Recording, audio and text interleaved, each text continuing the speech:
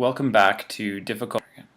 The agenda for topic 2, which is step 1, gaining clarity, in our 3-step process for more successful conversations or more engaging conversations.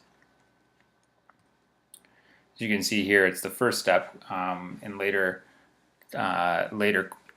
topics, we'll talk about moving past avoidance and actually getting down to it. But for now, we'll stick to the notion of gaining clarity.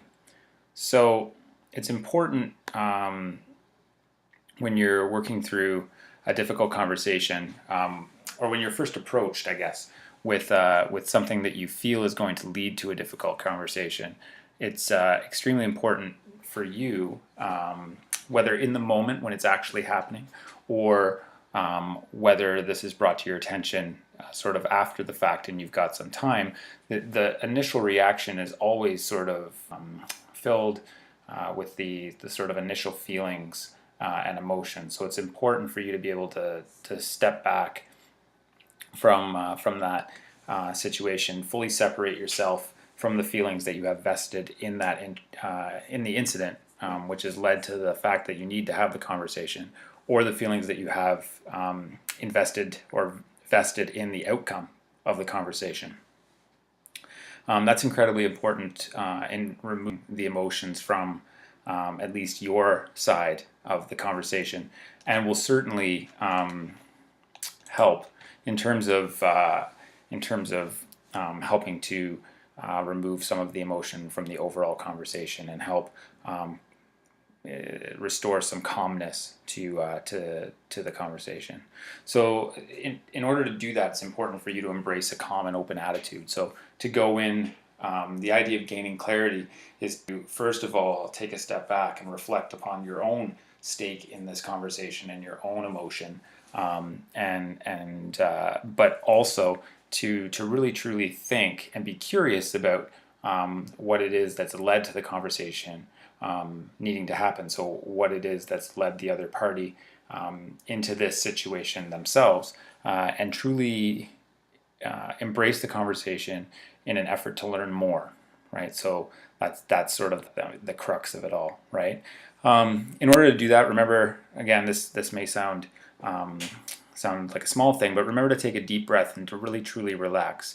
It's amazing what taking a deep breath, putting a smile on your face, what that can do for your psyche and do to sort of drain and pull the emotion out of it. Also remember that the emotion of this situation and the stress of it all can cloud your judgment and change the way that you'll react to it. So think about putting things into perspective on 2 different levels. Try putting yourself in the other person's shoes, which is challenging, but it is sort of the true emphasis of empathy, right? Is to look at things from another person's perspective, really truly try and gain that perspective through asking questions and through really reflective thinking in terms of what has brought them to the point. And then the other thing is rank this conversation in terms of putting things into perspective. Rank the conversation and its importance with some of the other challenging things you will or have faced. And this can be challenging on 2 fronts. If this is the most challenging thing that you have faced, then that may be overwhelming to you. If it's not, which quite often it isn't, then that can actually cause or bring you a sense of calm, right? So that's often helpful. And then think about how you'll engage. Think about how you want this to play out, where you would like to have the conversation. What do you need in order to feel comfortable? What do you think the other person needs in order to feel comfortable? And try to fully take that into account. So we'll talk a little bit about how to separate feelings from the issue, because that's sort of the real crux of gaining clarity is to pull yourself back and truly separate out your feelings, and so that you're able to empathize and to truly sort of think about it from the other person's perspective.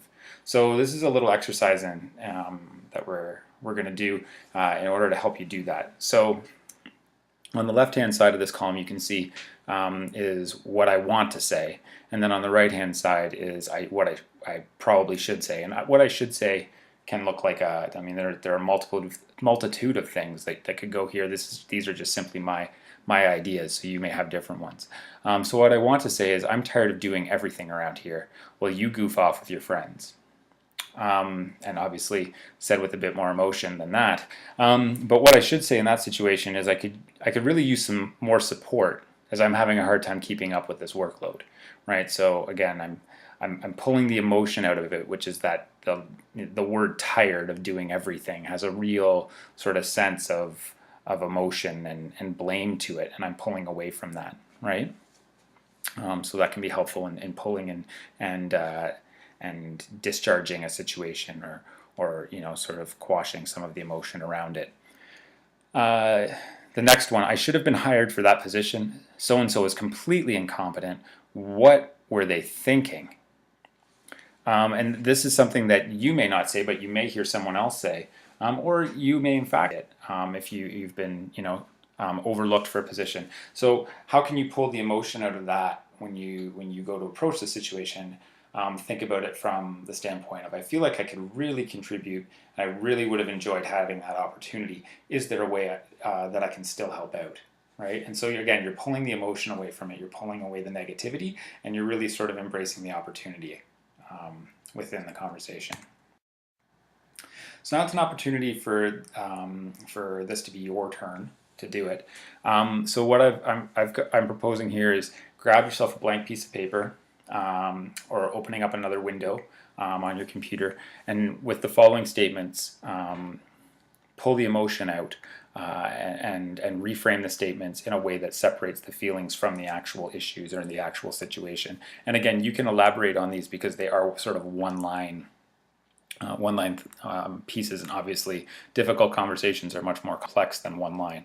But the examples we have here are, you are messing this up out of spite, being the first one. The way you dress is disgusting. It's making everybody around you uncomfortable, is the second one. And I can't believe you would say that. How ignorant are you? Is the third one. Okay, so while you're doing that, just some things to rehash. So remember that it's incredibly important to use calming language. Try to avoid assumptions and accusations. Focus on collecting more information. So quite often that means you're asking a question towards the end, right, to try and get more information. So do that, and then if we go back into it, into the idea of gaining clarity, right? The notion of taking the other person's perspective, and truly trying to be curious about what has led to this outcome. Why have we gotten to this place? And if you do that, then you can pull away from some of the emotion, because you're really going in trying to learn more, as opposed to going in and trying to make a point, for example. So I'm going to move on to the next slide, which has some possible answers. So if you don't want that, pause the video now, but otherwise, here we go. So some of the possible answers, and again, as I've said, these are mine, so you may have something different. For the first one, I really need for this to be a success, and in order for that to happen, I need you on board. Can I count on you, right? The second one, I don't think your choice of clothing is appropriate for the message that we are trying to put out. I feel uncomfortable around you because of it, right? And then the third one, when you use words like that, it can upset the people around you, and in fact, it actually upsets me.